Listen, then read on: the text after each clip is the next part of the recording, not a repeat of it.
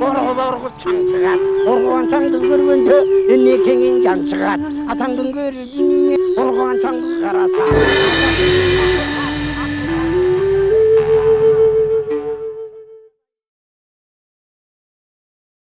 Assalamu alaikum урматтуу телекөрүүчүлөр, кайрадан сиздердин назарыңыздарга башканы коюп Манастай теледолбоорубуздун кезектеги чыгарылышын тартуулайбыз. Бүгүн биз студиябызга педагогика илимдеринин доктору, Кыргыз Республикасынын маданиятына эмгек сиңирген ишмер профессор Сулайман Рыспаев агайды чакырганбыз. Куш келипсиз агай. Мына агайдын кыргыздын элдик баалуулуктары жана нарктуу түшүнүктөрү деген момундай жашынакай жаңы китеби жарык көрдү. Анан ушул китептин айланасында кыргыздын каада салты, үрп адатынын бүгүн чечмелеп бергенге агайды сөзгө тартып атабыз. Куш келипсиз агай. Рахмат. Айтсаңыз агай, мынакей ушул китептин жазылышына эмне түрткү болду? Себеби бизде баягы мударис агайыбыз Хусейн Карасаев агайдан баштап эле кийин Акматалиев Амантур агай, анан кийин Сариев Абдумамбет агай, Асыкбек агайлар дагы бир топ адамдардын кыргыздын каада салт үрп адаты боюнча бир топ китептер жазылган.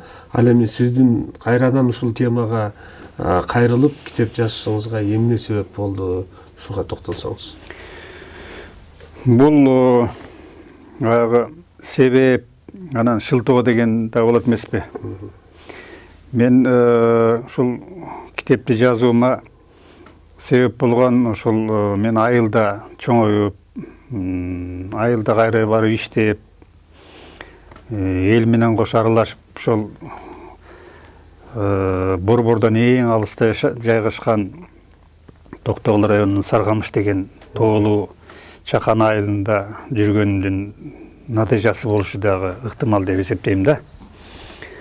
Себеби ошол биз бала кезде машина жол деген барган болгон эмес. Бул кийин 72-73 жылы мен мектепти бүтүп Борборго жөнөп калган убакта жаңы машина барган.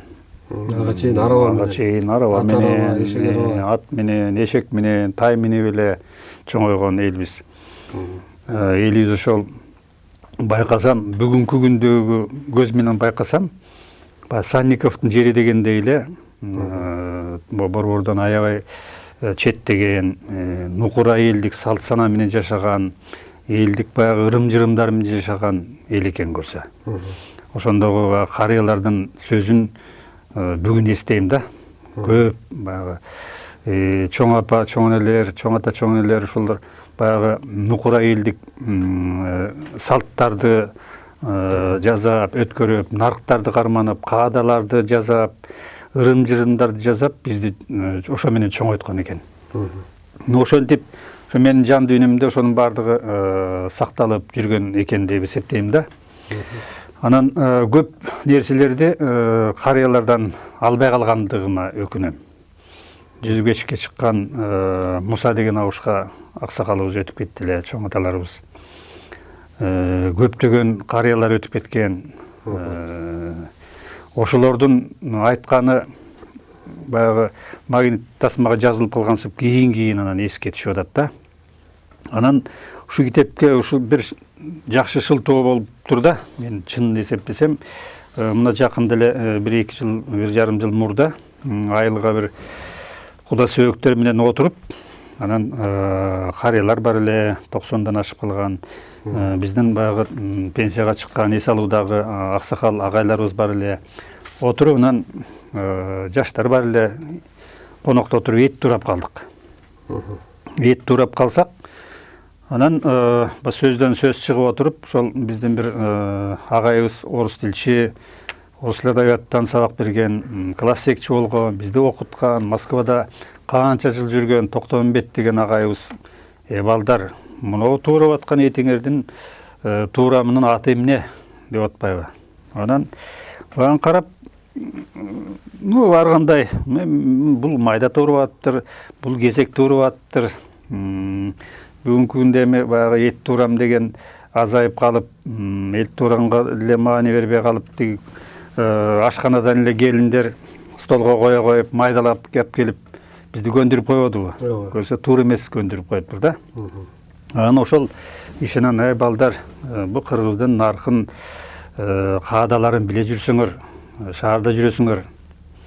Монол еттин туурамдын түрлөрү көп. Куш тил деп коет. Куштун тилинде кылып туурайт. Бөрү тил деп коет. Андан узунураак кыйгач туурайт, бурч-бурч кылып дейт. Моноону бөрү жортум деп коет. Моноону жапырмак деп коет. Эттин да түрүнө жараша, бышканына жараша, эзилип бышкан эт башка. Анан жанагындай сулп бодонун эттери муну жанагы элеме туурамы деп коет. Аны туурап тургандан кийин ушалап койсо, бул элеме болуп калат. Күкүм майда болот. Мына ушундай кылып тураш керек.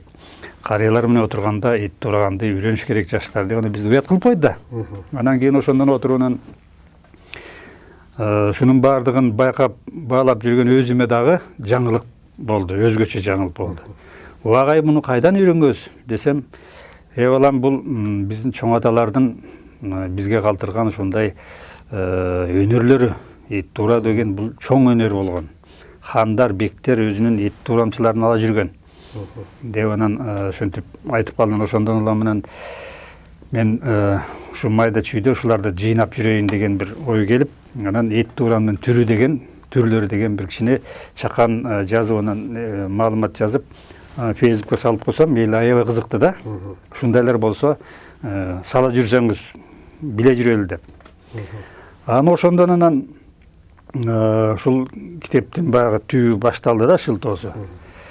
Анан деги эле биздин айыл, Саргамыш айылы өзү жанагы айткандай элдик нарктар, каадалардын баягы мындай сакталган жери, ырым-жырымдардын сакталган жери, таза сакталган жери деп эсептейм да. Анан ошол жерде жанагы мындай айткандай боз үйдүн түрүн жасаган, жанагындай ат жабдыктарын түрүн жасаган, камчынын өрүмүнүн түрүн жасаган, жанагындай жорго салдырып, жоргону санаган, күлүк таптаган, ар кандай жоргонун, күлүктөрдүн аты ошол жерге коюлуп калган. Мисалы Герай кыр деген, Көк чолок деген, ушундай көрсө ошол баягы Советке чейин, Совет дооруна чейин нар жагы Токтогул, Кетмен төбө, бер жагы Суусамыр, Жумгал, ар жагы Тогусторо, шунун баардыгынан Керимбай Манаптын учурларындагы, түркмен болуштун учурундагы окуялар анда мурункуларда калса керек. Себеби Суусамыр болуштугунда кезинде ошол андан кийинки Совет доорунун башталышында чоң аш тойлор болуп, баягы кадимки Байтик баатыр барып, Байзак баатыр барып, Керимбай болуш келип, Токтогул, Эшмамбеттер барып, чоң айтыштар болгон жерлер да. Ошон үчүн көп нерселер биз угуп чоңоюп турбуз. Көп нерсе элдин эсинде калыптыр. Баягы өкүнүчтүү, ошолорду билген, көргөн көп аксакалдар өтүп кетип, ошолордун айтып калган, айрым эле айтып калган нерселер эсимде калганын ушул кагазга, китепке чогултуп түшүрдүм десем болот да. Агай, мынакей бизде элдик педагогика бул биринчиден ошол алыстагы баягы цивилизация жетелек айылдарыбызда сакталган дегендей пикирди айтып атпайсызбы?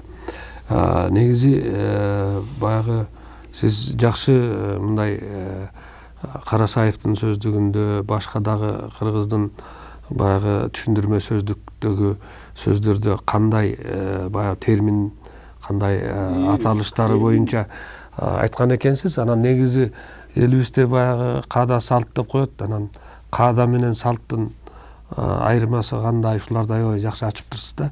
Ушуга да токтоло кетсеңиз, телекөрүүчүлөр үчүн кызык болот болуш керек деп ойлойм. Ошо дегенде ушул салт жөнүндө, нарк жөнүндө, каада жөнүндө, адат жөнүндө ушул өзүнчө мындай элибиз өзүнчө түшүнчү экен да. Бул өзүнчө түшүнүктөр экен, баягы өзүнчө категориялуу илим менен тилдин аркында категориялуу түшүнүктөр экен. Салт деген бул баарын камтыган бул система экен. Мисалы, бул салт адамдын өмүрүндө бала төрөлгөндөн эле башталат экен. Баягы бешик той салты, шоо той салты, сүннөт той, үйлөнүү той, анан маареке тойлор, анан баягы үй көтөргөн той, дагы ар кандай. Мына ушул жакшылык салттары өзүнчө бир баардыгын камтып турган система экен. Биз каада салт деп койгонубуз менен каада албетте өзүнчө экен. Булар өзүнчө түшүнүктөр экен. Мен муну ошол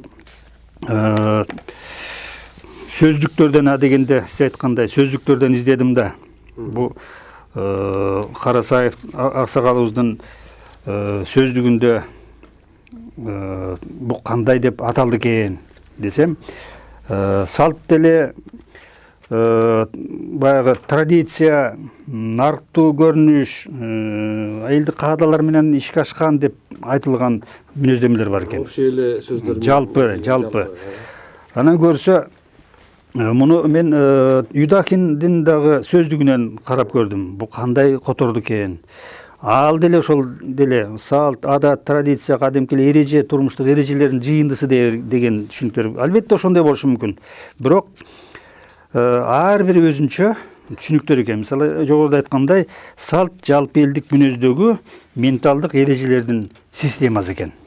Менталдык деген эми баягы элдин менталитетиндеги, психологиясындагы калыптанган эреже, каада, салт, ырымдын баардыгын өзүнө камтыган бир өзгөчө система экен. Жанагы айткандай салттар, жанагы айткандай бир 10дон ашык түрдүү салттарыбыз бар экен. Анан эми ошол салттын баардыгы элдик нарктарга жараша өтөт экен да. Бу кээде айтат, салтты билбеген кандай эмесиң деп. Же болбосо бул наркты билбеген адам экен. Бул наркка жатпайт айылнайындар деп баягы айтат эмеспи? А көрсө бул салт жанагындай өткөрүлөт экен, бирок наркты байкабай, наркка туура эмес нерселер жасайт экенбиз. Ошо салтты жасап атып, той өткөрүп атып эле балким наркка туура келбеген нерсени жасайт экенбиз. Той өткөрүп атып эле жакшы же туура эмес каадаларды жасайт экенбиз. Той өткөрүп атып эле түрдүү түмен туура эмес адаттарга агылып кетет экенбиз. Түрдүү түмен болбогон ырым-жырымдарды жасайт экенбиз да. Демек, жанагы мен айткан система деген ушул экен да, ошонун ичине баардыгы кирет экен. Бу нарк, жанагы нарктуу карыя, нарктуу адам деп коет эмеспи? Бул өзү нарк ошол элдин тетиги эзелтеден берки баягы нарк насил деп коет. Насил деген түбү, теги деген сөз экен да. Ошо нарк насилди кармагандар бул элдик тутунган эрежелерди бекем бир бузулгус сакталып келаткан ыйык нерселерди кармангандарды айтат экенбиз. Бул өзү байып турат экен, ал кыйшайышсыз аткарылышы керек экен. Нарктуулук деген ушул болот экен. Бул өзү элдик протокол сыяктуу экен да. Элдик протокол өзгөрүүсүз. Аны бузуп койгого болбойт. Анда нарксыздык болуп калат. Бул ата бабадан бери калыптанып калган эрежелерди. Эрежелер, мисалы, адамдык ариетти бекем тутуу. Бул чоң нарк. Улуттук аң сезимди, ар намысты сактоо. Улуттук нарктарды, каада салттарды сактоо, мекенди сүйүү, эл алдындагы, журт алдындагы атуулук парызын аткаруу, мекендин жашыруун сырын ачпоо, туулуп өскөн жерди таштап кетпөө, ата-энени сүйүү, урматтоо деген сыяктуу да. Бүгүнкү күндө ал тургай биз тиги калпак күнү деп атабыз, элечек күнү деп атабыз. Демек, баш кийимди дагы сактоо дегендей, абийир, ар намыс деген нерсенин баардыгы бул улуттук бир нарктар экен, бул улуттун тирөөчтөрү экен да. Мына ошол нерсени сактоо бул ар бир жарандын кыргыз деген жарандын, мен кыргызмын деген жарандын бул милдеттүү түрдө аткаруусу экен да. Демек мына ушул нерсенин бардыгы жанагы аталардын наркы, аталардан келаткан нарктар деген нерсе ушулар экен да. Анан эми ошол эрежелердин жана нарктардын аткарылышынын мүнөзү бул каада болуп эсептелет экен. Каадаланып калган тура. Же болбосо каада күтүп, же болбосо карыялык кааданы карманган дегендей бар да. Бул өзү ошол жок кыз болсо да каадасы жок кыз болбойт. Ошондой. Демек каада дейт. Каада нарктуу аткарылып келаткан иштердин көркүн чыгарат. Кааданын аткарылышы эмес, аткаруунун расмысы, сапаты, сыпаты экен да. Демек ошол каадалар ошол аткарылышынын мүнөзү, ошонун сыпаты, сыпаттамасы экен да. Мисалы, карыялык кааданы тутуу. Демек карыя өзүн сөйлөттү алып жүрүүсү. Байбичелик каада, демек байбиче эне адебин сактап, сынын бузбай адептин башаты болушу. Же болбосо ата энелик наркты сактоо, уул кыздын алдындагы өзүнүн ата энелик милдетин аткаруу. Аны үйлөндүрүү, жайландыруу деген сыяктуу. Карыялык каада, карыя катары ал сөйлөттү жүрүү гана эмес, бул бата берүү. Демек карыянын бата берип жүрүүсү дагы бул чоң наркка, каадага тиешелүү экен да. Демек кыз оюн куруудагы, балага ат коюудагы, баланы сүйүнчүлөө дагы бул каада экен. Себеби баланын сүйүнчүлөөнүн бир себеби бар экен. Жанагы бул мыйзамдуу төрөлгөн бала аны элге, ааламга жарыя кылуу экен. Жанагы кээде жашырылып төрөлгөн балдар андай болбойт экен да. Демек сүйүнчүлөп, жанагындай бир эл алдында жарыя кылуу бул өзүнчө дагы бир нерсени, себепти түшүндүрөт экен да. Мына ушундай нерселер керек болсо конок каадасы өзүнчө. Мына ушунун бардыгы кыргыздын жанагы керек болсо устуканды тартуудагы өзүнчө каада. Жанагы кээде тойлордо мындай болот эмеспи? Жээн табак кармоо. Бул жээндик каада экен да. Жанагы күйөө балалык каада, келиндик каада. Мен жакында бир телебирүүнү көрүп калдым. Ошондо ушул келиндин жүгүнүүсү, келиндин жанагы кайын журтундагы карыялардын, дегилердин аттарын айтпоосу, керек болсо тергөөсү, ушулардын бири салт дейт, бири нарк дейт, бири адат дейт, ушундай да. Көрсө бул келиндин каадасы, жеңе каадасы, баланын ата эненин алдындагы милдетти аткаруусу да өзүнчө каада экен. Мына ушундай нерсе кээде бул адат да болушу мүмкүн.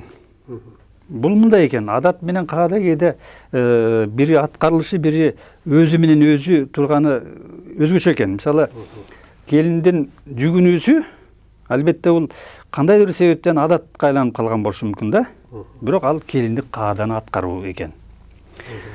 Жанагы келиндин жүгүнүүсү жөнүндө Манас атанын дагы тиги Манаска байланышканда жагы бар да. Манас атабыз ушу Ала тоого келип жайгалышканда шоорук өзү катылып келип кол салат эмеспи? Анан шоорук жеңилгенде шоорук колго түшүп калат эмеспи? Анан ошондо кызы келип атасын суранган турбайбы? Атамды бошотуп бергиле деп. Анан ошондо атасын бошоткон экен. Анан атасы тартуу кылып Манаска кызын ушу сага ылайык деп, анан сулуу шооруктун кызы сулуу кыз турбайбы? Анан бергенде акылай сооруңа апарай. Анан ошондо кечөөгө салгылашып согушуп аткан Манаска, Кошой баатырга, Бакай абасынан уялып, анан ошондо жүгүнүп таазим эткен экен да. Ошондо Кошой атабыз анан элге жарыя кылып мындан ары келин ушундай кайын журтуна улуу аксакалдарга таазим этип жүгүнүп жүрүү наркы калсын деген турбайбы ошондон баштап сакталып калган деген да бар. Анан ал башкалар тарабынан аткарылганынан улантып кеткен, бул адатка айланган. Адатты аткаруунун өзү кайла нарктуулукка айланып калган да. Ушул жерден агай баягы бардык эле келип эле адамдардын ортосундагы мамиледен келип чыгат да. Анан сиз ушул мамилелер боюнча дагы өзүнчө баягы бөлүп жазган экенсиз. Например, кудаларга болгон мамиле, баягы кичүүлөрдүн улууларга мамилеси, улуулардын кичүүлөргө мамилеси, ушулар боюнча дагы айтсаңыз. Ооба. Ушул жерден жанагыны тиги жыйынтап коеюн. Ошол демек жанагы каадалардан анан адаттар жанагы бир жакшы жөрөлгө кийинкилерге адат болуп калган экен.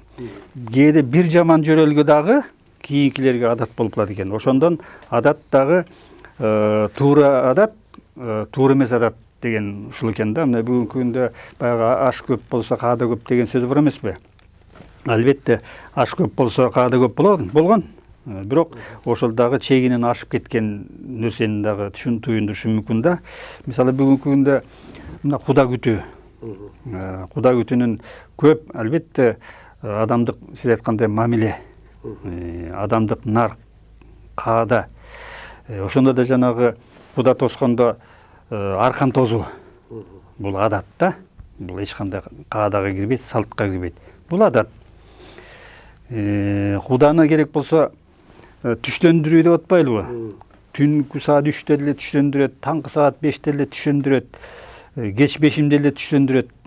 Мына ушул өзү туура эмес адат. Аш көп болсо каада көп туура келет экен. Мына бул туура эмес адат. Бүгүнкү күндө ошол ысырапчылык.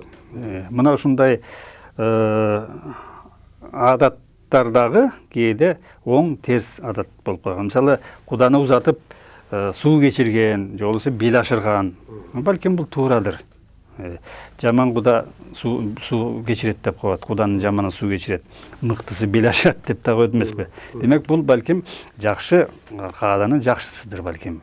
Мына ушундай нерсе жанагы туугандык мамилелерде көрүнгөн, кудалык мамилелерде көрүнгөн, достук мамиледе көрүнгөн. Эми бир дагы нерсени айтайын, мына бул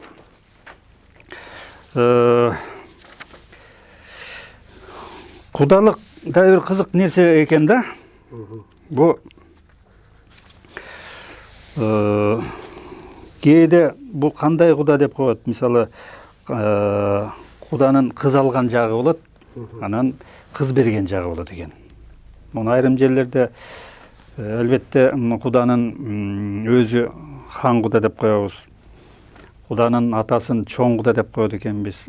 Анын ошол уруунун түп атасы бул түп куда деп коет экен.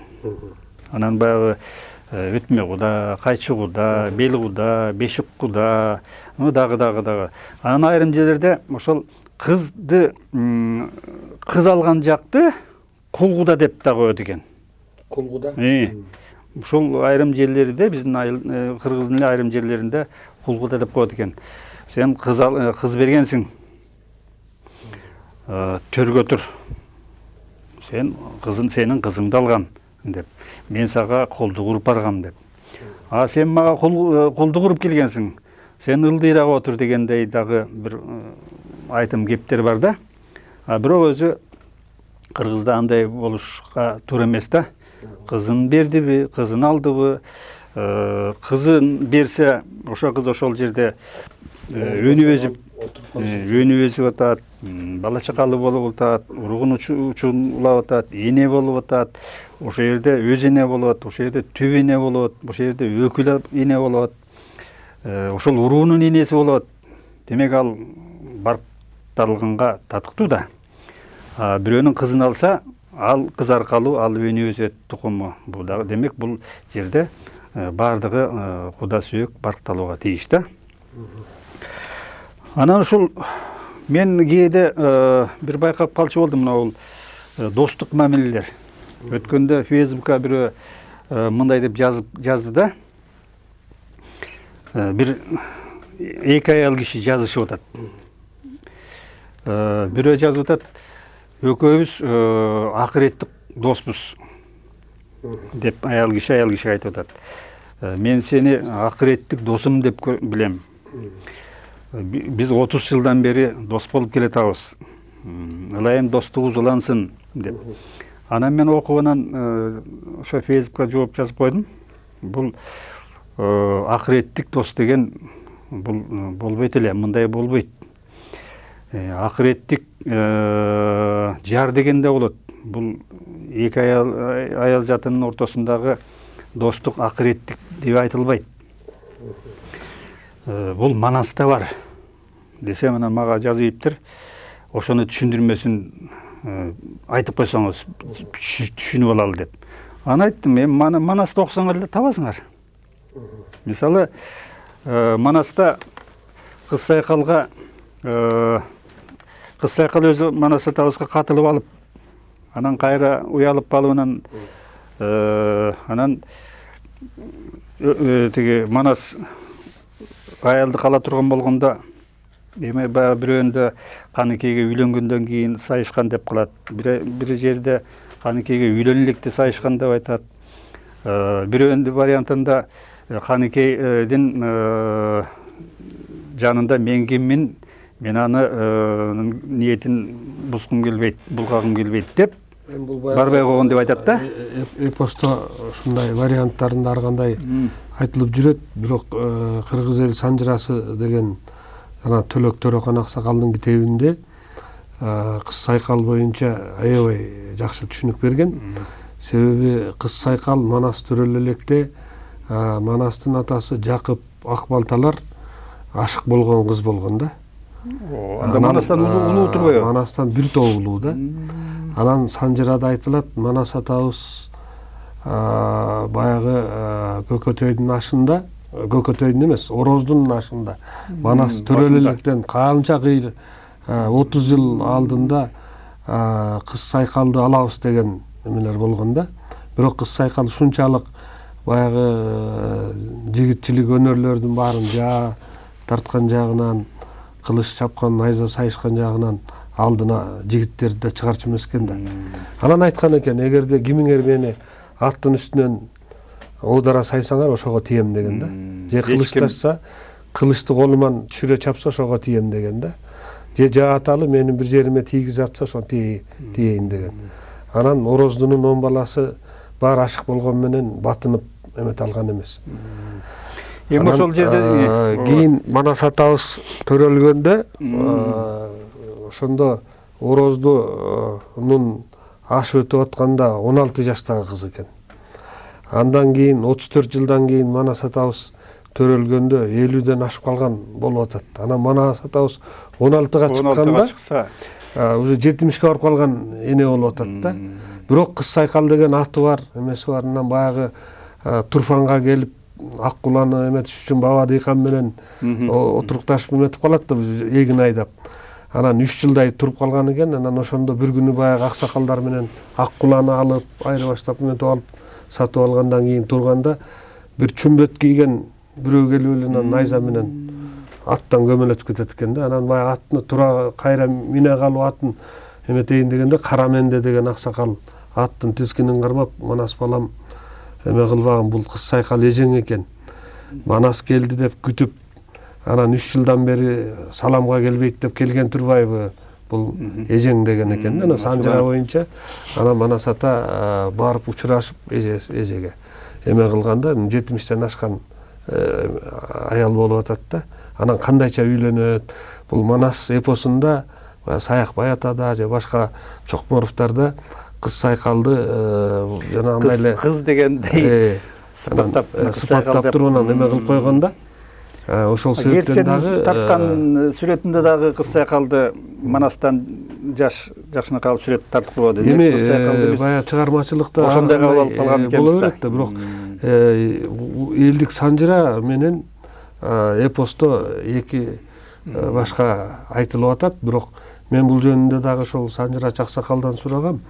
Эки кыз сайкал бар беле десем, жок айнанайын, бир эле кыз сайкал болгон дейт да. Эми бул кыз сайкал маселеси сиздин айтканыңызда жөнүндө экен, эки кыз сайкал бар дегенче. Анан бул жерде мынакей достук мамиле боюнча баштадыңыз эле. Анан бизде акыркы кезде баягы эки ажообуздун достугу боюнча дагы эл ичинде аябай бир топ мындай туура эмес эл туура эле баа берген болуш керек. Бирок достукка карата мамиле дагы бир кандайдыр бир өзгөрүп калгандай болуп атат. Жок, бул ушундай экен. Достук деген өзгөрөт экен. Баягы тууган калат, дос кетет деген сөз деле бекер эмес окшойт. Мисалы, Чыңгыз хандагы Жамуха менен Чыңгыз хандын достугу. Ооба. Канча жолу дос болушту, бирок бири-бирин баары жана бийлик үчүн, байлык үчүн достук мамилелер бузула турбайбы. Баягы ушундай болот экен. Бирок териге урап туруунан өлтүрүп атат деңиз. Бирок баары бир баягы нарк насилде достук сүт дос деп коет экен. Сүттө кичинекей баягы наристе кезиндегиден берки достор. Анан жарма достор деп коет, хан достор деп коет. Анан ушул достуктун көбү эле баягы бүгүнкү күндө дагы турмуш шартка жараша достуктун түрү көбөйүп кетти мамиледен улам. Анан ушул эң жеткен чеги бул акыреттик дос. Манаста жанагы Манас атабыз каза болор алдында өмүрүнүн акырына келип калганда досу атын эстей албай атам, Бейжиңде калган экен да. Анан ошонун баласы Манастын үйүндө жүргөн экен. Анан ошол досун эстеп бардыгы менен коштошуп, анан досу менен коштошоюн десе, дос жок. Анан досунун баласын чакырып атпайбы? Баласын чакырганда каныкей билип, ай болбостур, болбой калды деген экен деби. Анан ошондо баланы бир коркурда жыттап алгандан кийин, анан Манас көзү өтүп үзүлгөндө тиги бала кошо үзүлүп атпайбы? Эми тиги Көкбөрүнүн баласы. Көкбөрүн. Анан кыз сайкалды бекер айтпаганыбыз. Кыз сайкалда ошол баягы акыреттик жар болоюн деп дегендей болгон сөз болгондон кийин Манас атабыз көзү өткөндө келип, карашына келип катышып, анан айылына барып туруп, анан түндө барган түнү кыз сайкалдагы өлүп калып атпайбы, каза болуп калып атпайбы? Демек, бул жанагы Фейсбуктагы айткандай, бул акыреттик досум деп айтыш кыйын экен. Акыреттик жарым деп айтыш кыйын экен деген сөздү ушул жерге келтирдим да. Демек, дос деп атып, достуктун дагы кадырын, баркын кийинки күндө кетирип баратабыз да.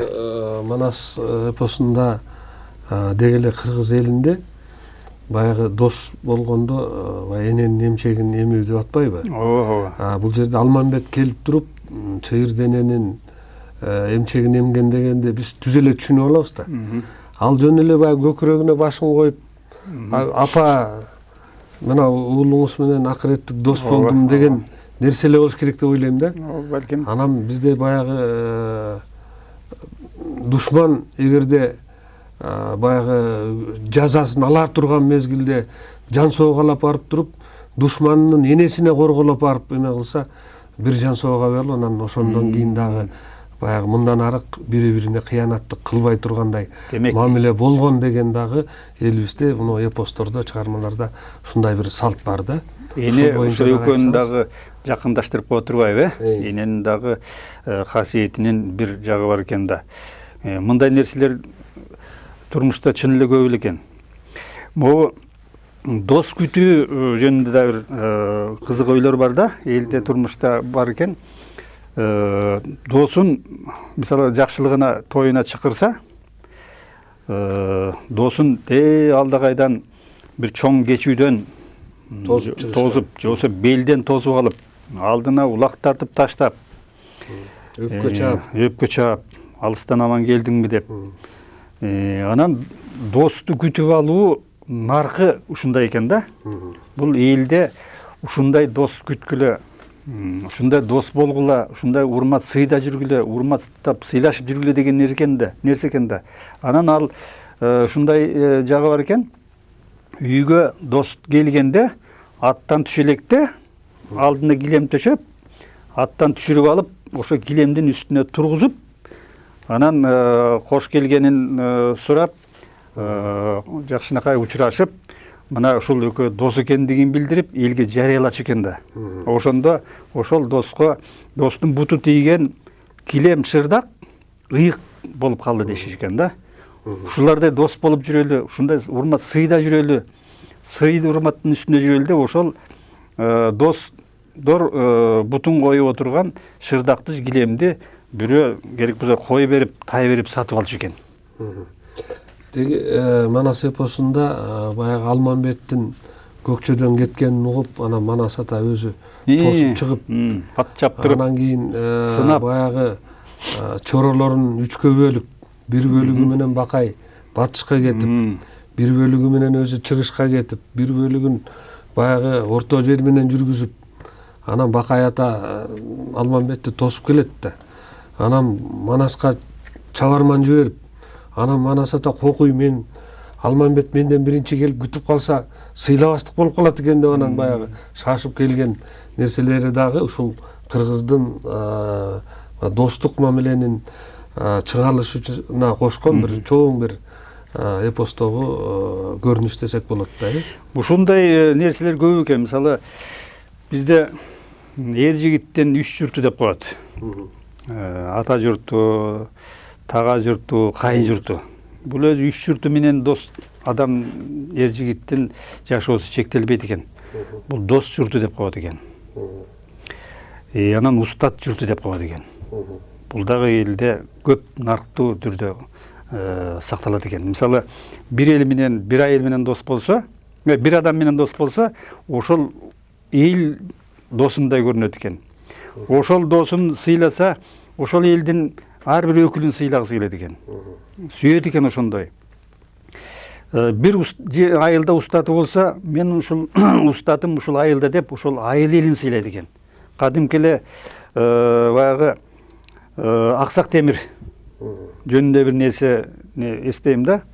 Аксак Темир ушундай жортуулда жердин күрөтүп, миңдеген жоокерлер менен келатып, анан бир айылга келгенде баягы караңгы түн болуп калат экен. Ошол айылга келгенде бүт аскерлерине жерге аттан түшүп, тынчтанып, аттан түшүп, ит табалатпай, унчукпай, ушул айылдан эч ким өтүп бараткандыгын билгизбей өтөлө деген буйрук берет экен да. Анан бүт аскерлери түшүп, шашып кетип атат да. Анан акырын билинбей итти табалатпай, айылдан өткөндөн кийин анан атка мингилет, анан чапкан бойдон кетет экен да, жерден көрөтүп. Анан аскерлери таң калат экен. Бул айылдан эмне, бул Аксак Темир көрөгөн бул айылдын элинен корктубу? Ит табалатпай өттү, бул ушул айылдан корктубу? Бул кандай? Деп анан сураганда айткан экен, бул айылда менин устатым жашайт. Тынчын албайын дедим. Устатымдын уйкусун алып, итин абалатпай өтөйүн дедик депчи. Мына ушундай устат журту дагы чоң ролду ойнойт экен. Дос журту дагы чоң роль ойнойт экен. Менин досум ушул айылда жашайт деп, ушул айылдын аксакалдарын дагы, баласын дагы сыйлаган жактар ушундай экен да. Анан ушу дос жөнүндө дагы бир окшошуп атат. Тайкени тага журту дагы ушундай сыйлаганын мен анан Тайкени тосуп алып сыйлаганын кадимки сынган кылычтан байкадым. Тайкени пир деп айтат. Тайке биздин пирибиз деп. Ошондо дагы немеде, ошол сынган кылычта баягы неме Кудайыр ханды жээндери тосуп алганы, тойду тосуп алган жери укмушта, ошол хан тага келатат деп тосуп алып, дүңгүрөтүп, хан тагасын айттырып кайра-кайра.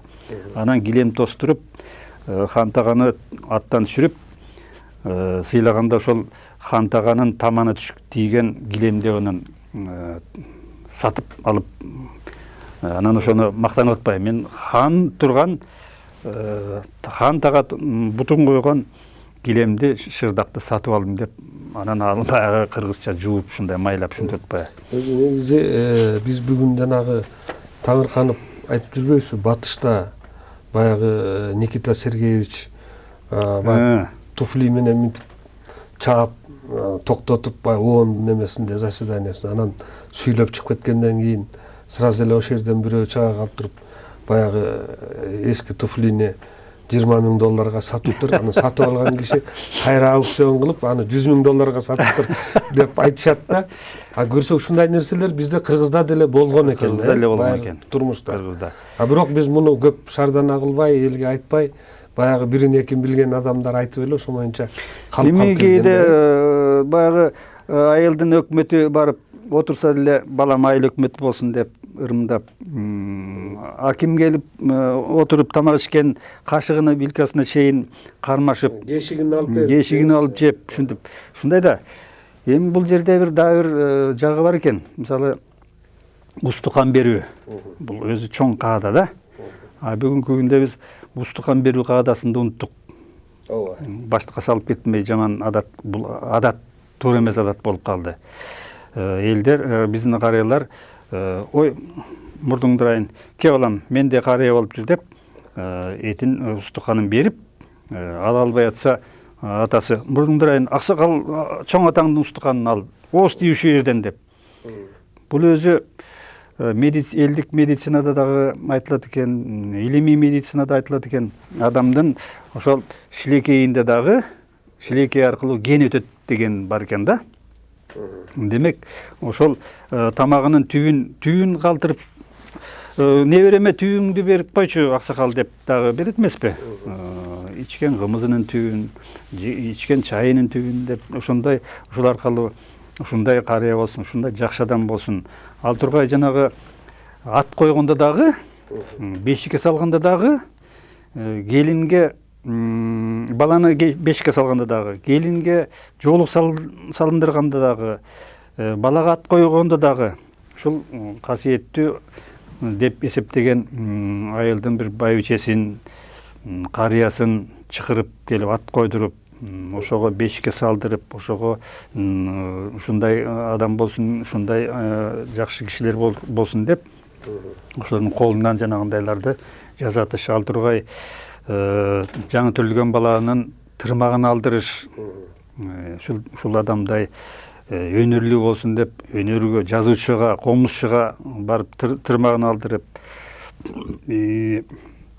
жанагындай өнөрпосго же болбосо моундай адамдарга чачын алдырып, жөн алып келип кичине тийгизип койсоң болду депчи. Ошонун баардыгы Кыргыздын элдик нарктарды кармай жүрүү наркы, анан ошондой бир жакшы ырым-жырымдары болгондугу бул өзү жаман эмес да, жаман эмес. Мындай алганда бүгүнкү күндө мунугу эзотерика илими деп атпайбызбы? Эзотерик илиминде баягы изилдеген мамандар деле айтышат экен да, адамдын сөздүн энергиясы, анан адамдын өзүнүн энергиясы бул өтөт депчи. Мунун күчү бар, мунун баягы кудурети бар. Эгер жакшы адам менен жакшы мамиледе жүргөн адам эч убакта жаман жакка барбайт. Муну биздин элибизде аурасы таза. Биздин элибизде баягы ким менен жолдош болсоң ошондон көрөсүң деп айтып койгон да. Анан ушул нерсени биздин элибиздин баягы элдик педагогика дейбизби, улуттук педагогика дейбизби, карапайым эл ичинде баягы эч кандай илим жакталбаса деле, бирок баягы кызга 40 үйдөн тыюу деп койгон. Анан ушул нерселер аркылуу сиңирип, үрп адатты, салтты, кааданы, нарк насилдин баарын сиңирип келген да элибизде. Ушундай десек болот. Ошол жанагы туура айтасыз. Сөз өзү жөн эле ооздун жели эмес, жакшы билген элдер. Бул өзү сөз энергия экен. Биздин айылда бир карыя бар эле, Матсак деген. Ошол киши айтат эле, сөзүн оозуна умтуп алып, менин сөзүм баягы сөздүн оозунун жели эмес, айылнайындар. Бул оозунун жели эмес деп айтар эле да. Баягы бул өзү элдик наркта бул сөздүн энергиясы бар экендигин, деги эле сөз өзү энергия экендигин айткан көп, далилдеген көп жактайлар бар экен. Бул жанагы батадан улам байкадым да. Эми азыр батанын дагы айтканды жакшы билбей атабыз. Бата бер десе тос айткан күндөр көп. Анан бата өзү айткан адам кайсы бир курагына келгенде, кайсы бир кырдаалдабы, кайсы бир жерде адамдын жан дүйнөсүндө бир өзгөрүү болсо керек да. Бир Кудай Тааладан келеби, ошол бир энергия береби Кудай Таала, ошол энергия аркылуу адамдан бир жакшы каалоолор, жакшы тилектер, жакшы бир баталар өзүнөн өзү бир төгүлүп айтылат окшойт. Мен бир карайдан көрүп калдым, билип калдым. Балам деп менден улуу экен деп карыя сакалчан карыя болчу. Анан экөөбүз тең эле экенбиз ал турбай. Анан мен кайсы бир ушул жакынкы эле убакытта айтты да, бир күнү эле оозуман төгүлүп эле бата айтып калды. Бата кете баштады дейли. Менде бата айтып калдым, бата чыга баштады. Көрсө бул бата жөн бир нерсе эмес, бул касиет окшойт. Мында карманыш керек окшойт деп. Анан мен да байкадым, бата мен баланчанын батасын алгам, түкүнчө карыянын батасын алгам деп айтат эмеспи? Бул сыймыктанат экен адамчы. Сыймыктанын өзү бир жаралышы бир башкача болсо керек. Элдин көзүнчө ошондой касиеттүү адамдан бата алышы өзүнчө адамдын баягы сиз айткандай а кишинин аурасы аркылуу берки адамга сөзүнүн энергиясы аркылуу берки кишинин аурасын өзгөртүп, бузук аура болсо түзөп, оңдоп, анан эле ал адамды ушундай бир башка бир касиетке өткөрүп жүрөт окшойт. Ошондон эле баягы өзүнүн көңүлү ачылып, жол ачылгансып, эрденип, шерденип, өзүнчө эле башкача бир дүйнөгө кирип кетет окшойт.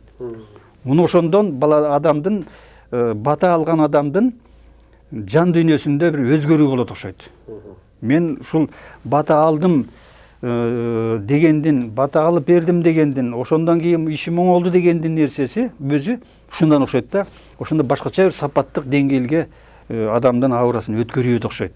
Ошол адамды өзгөртүп ийет окшойт. Өзү негизи бир дагы бир элибизде айтылып жүргөн бир аңыздардын бири бар.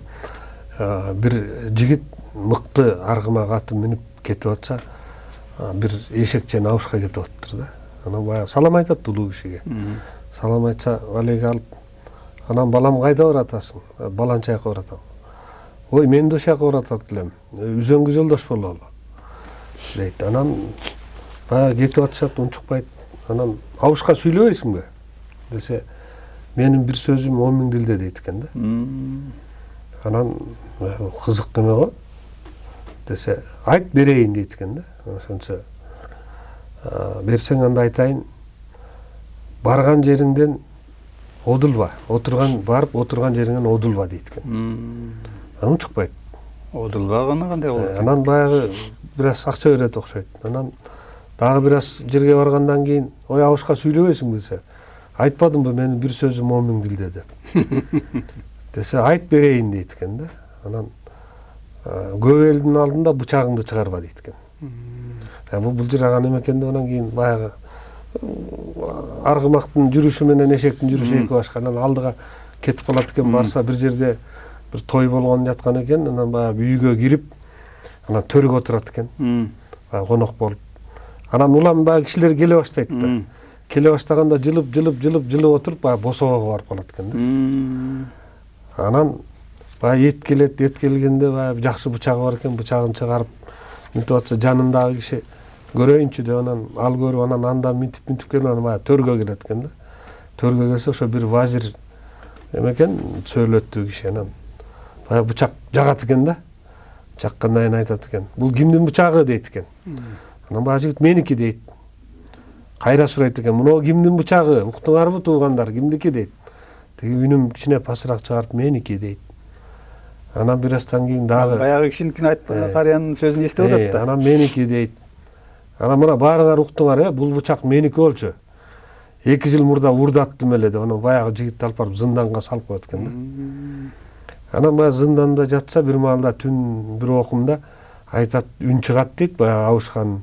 айтпадым беле отурган жериңен обдулба деп, айтпадым беле бычагыңды чыгарба деп өлүм кобурап кетип баратат дейт. Анан ой аке акедонун баягы зындандан эптеп мени куткар дейт экен да, ушундай эми десе, анан кийин мейли анын айласын табабыз дейт экен. Баягы эртеси күнү анан баягы хандар келип эмелер келип баягы кишини соттой турган болот да. Анан баягы аксакал айтып берген акыл менен анан айтат экен. Туура бул бычакты меники деп айтып анан мени эме кылды эле.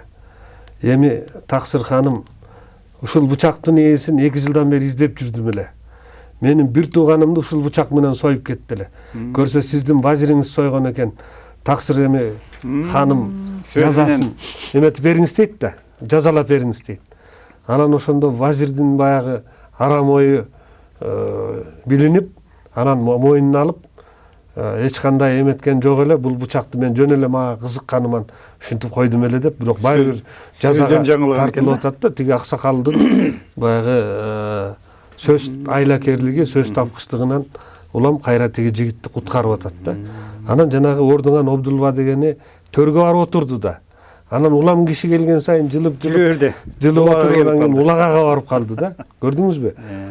Ушул биздин элибиздеги баягы акылмандыктын бир эле бир тамчысы да. Же болбосо өз ордун таап отуруш керек болчу.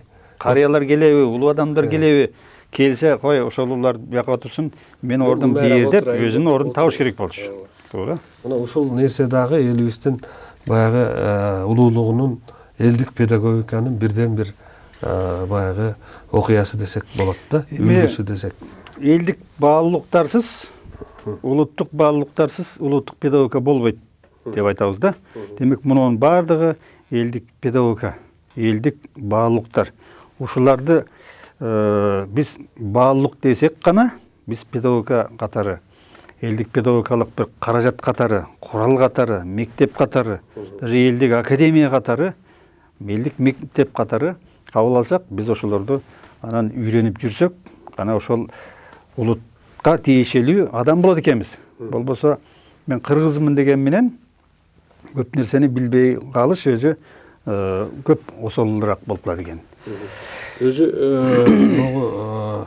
Россия мамлекетине, падышалыгына баш ийгенден кийин Советтер Союзунун 70 жылдык учурунда көп баалуулуктар, баягы советтик баалуулуктар деп, ошол эле кыргыз баалуулуктары советтик баалуулуктардын баягы мерчемдүү бир нерселери кабыл алынып, анан кийин ал эми улуттук баягы үрп адатыбыз, салтыбыздын көп нерселери жерилип, анан унутулуп калган да. Анан мына бүгүнкү күндө мына биз өз алдыбызча мамлекет болуп эгемен деп атпайбызбы? Бүгүн эгемен мамлекет болгонубуздан бери дагы 30 жыл болуп калды. Анан 30 жылдын ичинде биз бүгүнкү күндө кайрадан баягы унутта калган нерселерибизди мынакей сиз чогултуп жазып атпайсызбы? Сизге окшогон дагы бир топ жана адамдардын аттарын атадык. Алар дагы баягы ар кимиси өзүнүн билишинче, өзүнүн баягы мамиле күткөн аксакалдардан чогулткан сөздөрүн китеп кылып момундай жаратып атат. Эми мындан аркы бул китептин тагдыры кандай болот? Бул китепти мектептерде окутушубуз керекпи? Окуу жайларда окутушубуз керекпи? Сиз эми ушул билим берүү академиясында иштегендиктен ушул китептин кийинки тагдыры боюнча дагы айтып берсеңиз жакшы болор эле деп ойлойм. Туура, мен ушул жерден Сартекенин сөзү бар ушунун ичинде. Сартекенин сөзүн эстеп атам. Ал киши айтат экен да, уул баланын түрлөрү жөнүндө. Бирок жанагы мен атадан кем бала, ата менен тең бала, атадан улуу бала, артык бала деген нерсени мен анча мындай жан дүйнөмө анча жакын эмес кабыл алып жүрөм да. Себеби атадан артык болуш бул өтө кыйын. Ата жаратты да, ата жаратты уулду. Ошол эресеге жеткирди, мыкты адам кылды. Колунан керек болсо өзү билбегендерди билгизип, өзү жетпегендерди жеткирди. Анан ошол атадан улуу болуп калабы, артык болуп калабы? Бул мындай болбойт да. атадан кем болуп калышы мүмкүн экен. Бирок атадан улуу болуш, жогору болуш кыйын экен. Бул жөнүндө кадимки Абай Кунанбаев менен Кунанбай менен Абайдын ортосундагы сөз бар эмеспи? Абай Кунанбай 2 жолу болуш болуп, Абай 3 жолу болуш болуп, Абай Кунанбайды казактын батыш менен чыгышы билди, Абайды болсо Оруска чейин билди. Ошондо Абай мактанат эмеспи? Ата бир жолу, ата мен сизден өтүп кеттим дейт эмеспи? Балам, айта отур десе, сиз момундай болдуңуз эле, мен мындай болдум, сиз мындай элеңиз, мен азыр Оруска жетти даңкым десе, балам, мен сендей уулду тарбиялагандыгым менин бактым. Сен менден албетте оздуң. Бирок менди өзүңдөй уулду тарбиялап өстүргөндөн кийин сен озосуң. Туура. Дейт эмеспи? Сен ошондо улуу болосуң. Азыр мен улуумун балам деп коет эмеспи? Ошол сыяктуу да. Анан Сардекенин сөзү мындай экен. Мал багар бала, жан багар бала, эл багар бала деген. Жан багар бала. Көрдүңүзбү? Ошондон карасак, жан баккан бала кандай, дан баккан бала кандай, эл баккан бала кандай. Демек, бул ошондой чоң-чоң кыра адамдар гана ушуларды байкайт экен. Анан мен ошого кошуп койдум Садырекенин сөзүнө. Сөз багар бала, ой багар бала деп. Мен балким окшоштуруп айткандырмын, окшоштуруп айттым. Бирок баары бир бүгүнкү күндө сөз багар бала азайып баратат. Ой багар бала азайып баратат. Эми акыл менен акылмандык эки башка да. Акыл жашоонун өзүнүн жашоосунун жолун тапкан адам акыл. Акылман бул элдин келечегин, журттун келечегин, эле жашоо жөнүндө ойлонгон башкача адам да. Ошон үчүн ушул сиз айткандай ушул биздин сөз багар балдарыбыз, ой багар балдарыбыз көбүрөөк болсо экен деген тилек да. Албетте мен бул китепти чыгарып алып, анан азыр ар бир кыргыз баласы чөнтөгүнө салып жүрүп окуса экен деген тилекте ушул чөнтөккө салма, чөнтөгү бата турган кылып чыгардым да.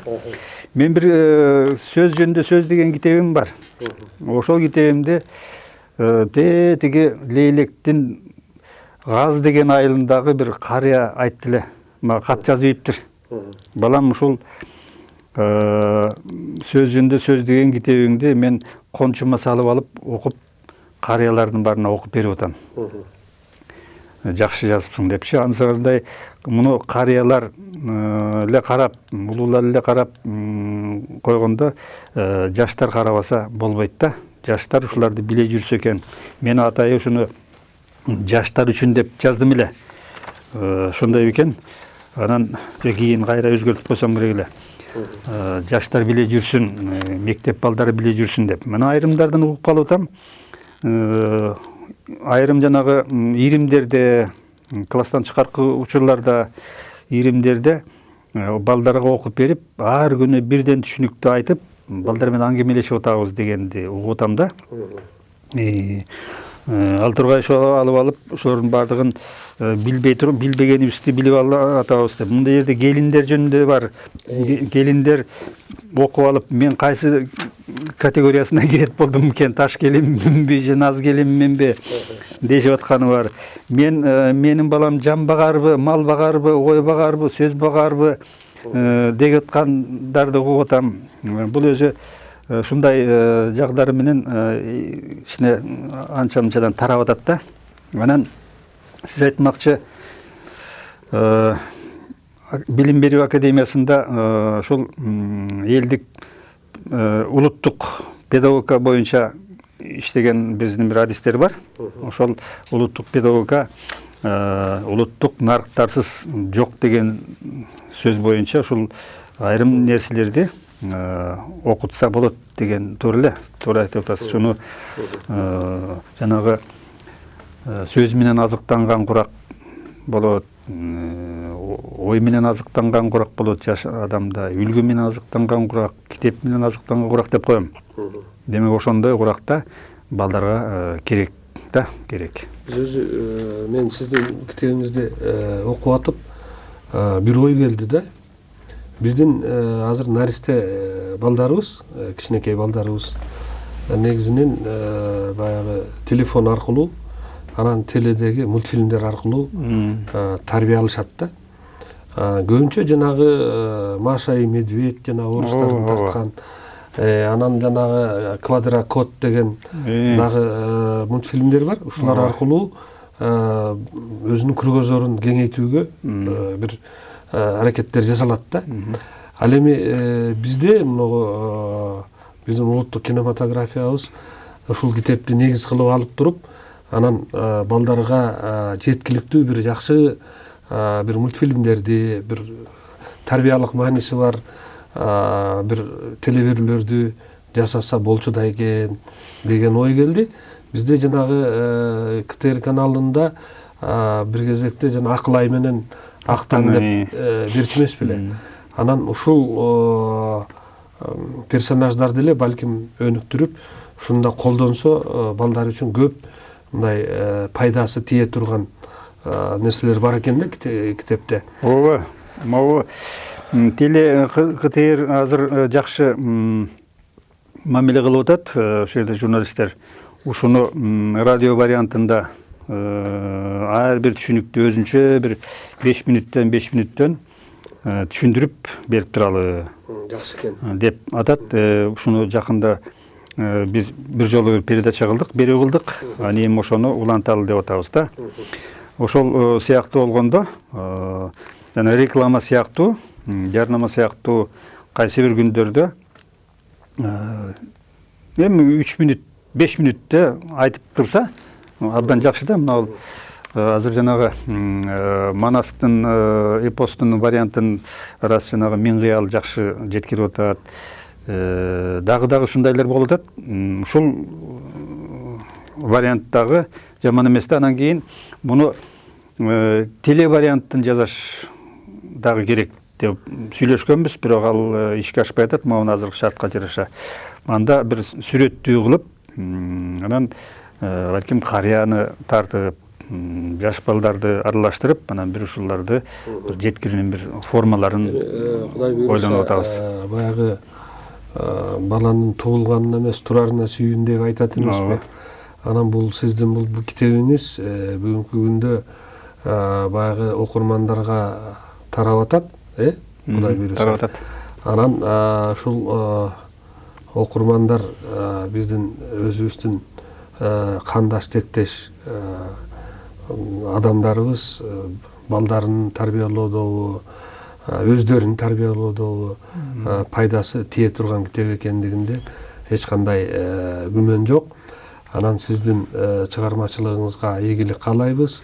Кудайым буйруса ушул китеп ар бир мектепте, ар бир китепканада тура турган китеп болсо экен деген тилек менен. Туура. Көрсө буну адегенде улуулар билишибиз керек экен. Улуулар билип, аталар, энелер билип, ошолор билип анан айта жүрүш керек экен. Анан жигиттер билиш керек экен. Барган жерден отурганда саясатты эле сүйлөп калбадыкпы? Бул нарыктарды сүйлөшүбүз керек экен. Кээ бир жерде санжараны эле сүйлөп калабыз. Баланчанын атасы баланчан, анан нарыктарды сүйлөшүп отурган. Бул нарыктуулукту сактоого келет да.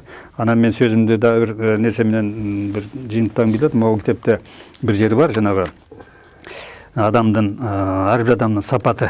Мисалы, жөн билген адам болот, иш билген адам болот, кол билген адам болот экен, сөз билген адам болот экен, бүгүнкү күндө тил билген адам деген болот экен. Себеби бүгүнкү күндө тил билген адам дүйнөнү кыдырып жүрөт, иш билген адам жакшы жашап атат, жөн билген адам мамиледе жүрөт жакшы.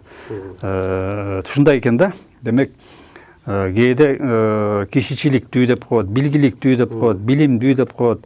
Көрсө элдик билим деген бул дайра экен да, көл экен, океан экен. Ошонун баардыгын билиш кыйын экен да. Ошентсе дагы ушу кичинекей бир нерсени билип алса дагы ушу китеп бир куру жазылбаганго деп өзү эмди кыргызда эстейм да. жакшы макал бар. Баягы ырыс жугушат, акыл оошот деген. Ооба. Анан ушул китеп аркылуу бул жерге чогулган улуттук баягы акыл кенчи ошо элибизге жугушуп, элге пайдасы тийип, өзүбүздүн кыргыздыгыбызды, кыргыздык иденттүүлүгүбүздү мындан ары дагы бекемдегенге чоң салым кошот деген нота менен бүгүнкү берүүбүздү жыйынтыктайлы. Сулайман агай, сизге терең ыраазычылык билдиребиз. Ишиңизде ийгилик болсун. Китебиңиз элибизге терең катмарына тарай берсин. Урматтуу телекөрүүчүлөр, шуну менен бүгүнкү берүүбүз соңуна чыкты. Бүгүнкү студиябыздын коногу педагогика илимдеринин доктору, профессор, Кыргыз Республикасынын маданиятына эмгек сиңирген ишмер Сулайман Рыспаев агай болду. Кийинки көрсөтүүлөрүбүздө жолукканга чейин аман болуңуздар.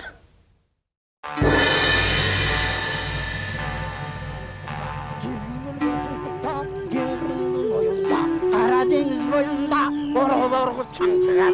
Orguan çandı görgünde nekengin can çıkar. Atandın görgünde orguan çandı karasa.